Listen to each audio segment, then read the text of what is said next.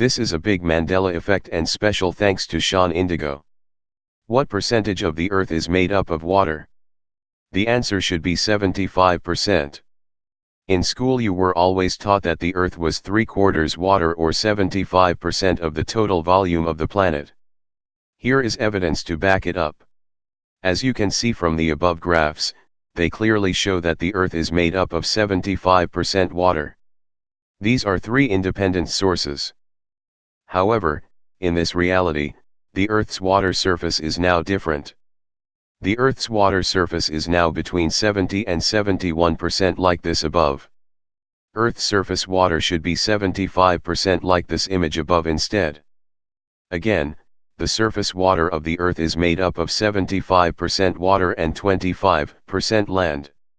The fact that the water surface is now much lower is a new Mandela effect.